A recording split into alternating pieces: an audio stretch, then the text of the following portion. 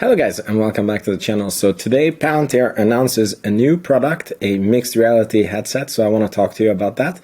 And it also rallies 6%. So it is clear to see that we have gone from an AI imposter to a defense imposter now. And that's very, very strange. I mean, in a good way, I guess, because when I distinctly remember when the Russia-Ukraine war broke out, the next day Palantir fell like 10%, and I just could not understand what people were thinking at that time.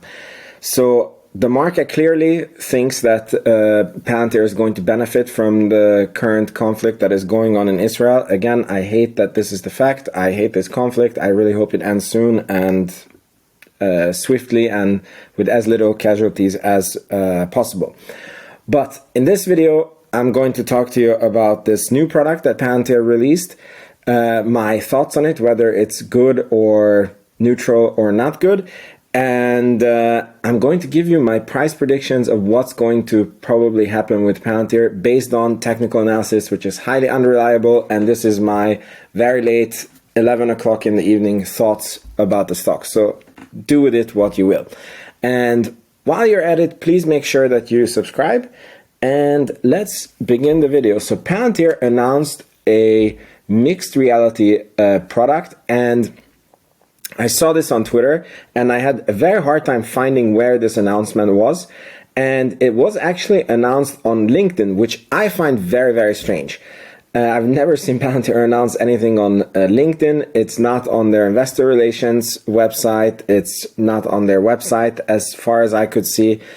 So this is where they announced it. I don't know what the purpose of that is. And they gave a little bit of a blog post to it and released it with a video, which I want to play to you while I talk. There's no sound on this video. Let me just disappear here so you can see it.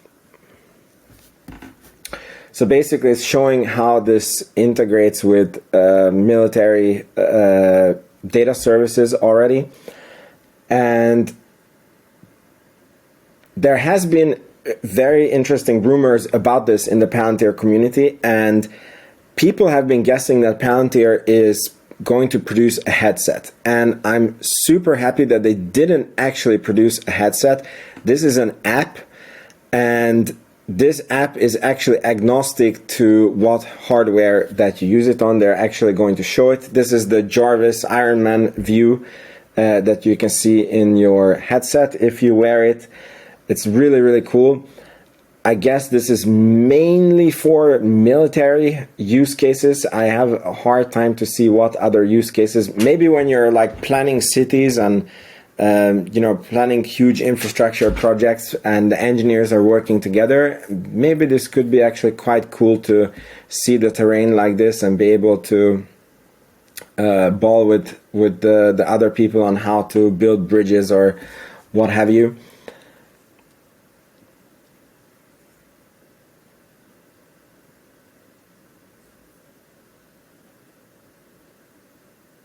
That's actually super cool. I'm just seeing that for the first time, that here you see a live footage of what's happening in the battlefield. So I guess just as in Jarvis, you can point to different places and then you see real time what is happening there. So again, you could see in the film that this is agnostic to the headset, so it works on the Quest 4, works on Microsoft headset, it works even on Apple's headset. Again, I'm very happy that they didn't end up making a actual physical headset. I never understood those rumors because Palantir is a software company. At least it's an AI imposter, as a consultancy, or it's a real AI company. But one thing that is for sure is not a Chinese factory, and they don't have a Johnny Ives design team, and it just never made sense to me why they would start making their own hardware, and instead they can just leverage other people's products, and I'm very happy that they're doing this. So is this good, bad, or neutral for the stock?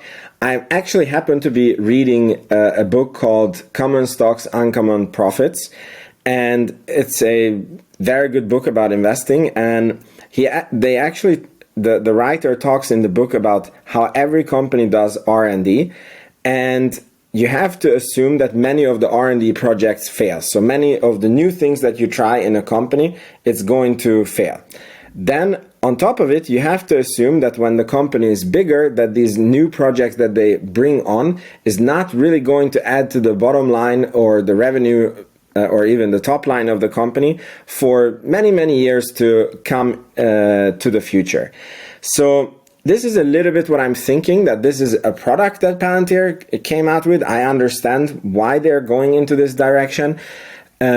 This might be one of those products that fail or doesn't bring revenue. And even if this would bring revenue, I have a very hard time to see that this would be a significant revenue in the nearest, I don't know, 5 to 6 years until, mixed reality headsets are completely everyday things.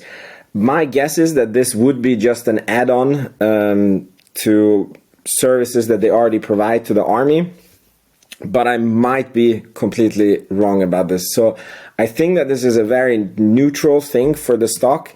It's definitely not bad because they're innovating, but I don't see. Please let me know in the comments if you have a thesis on how this can come into the earnings and how this can change the numbers of Palantir. So now, as the last part of the video, I'm going to shoot myself in the foot and say things that I probably regret, because short-term price predictions is a very futile activity, but it's very late and I'm kind of tired, so I was like, why not? I used to be a technical trader, so it's not completely out of my backside. But as I said, technical analysis, it's much better to buy in this range and just not care about what's happening with the stock. So with that said, there is a major resistance at around $20. You can see how many times it has held, and then the stock broke below, and then it hit against this resistance, and now we're going up against that resistance again. Then we have had a huge breakout here after earnings, and the stock cannot go straight up. And if I just go from a trend analysis, we have had a downtrend here. Then we have had, by the way, these arrows is the points when I was buying the stock. So we had a downtrend, and then this downtrend went sideways, and now we are clearly starting an uptrend. And again, an uptrend consists of, legs going up and then pullbacks when the stock needs to rest. And this one, you can see it was going straight up, and then so normally you'd never see this straight up. You would want to see like a slight angle, like this blue line, and then the stock would rest.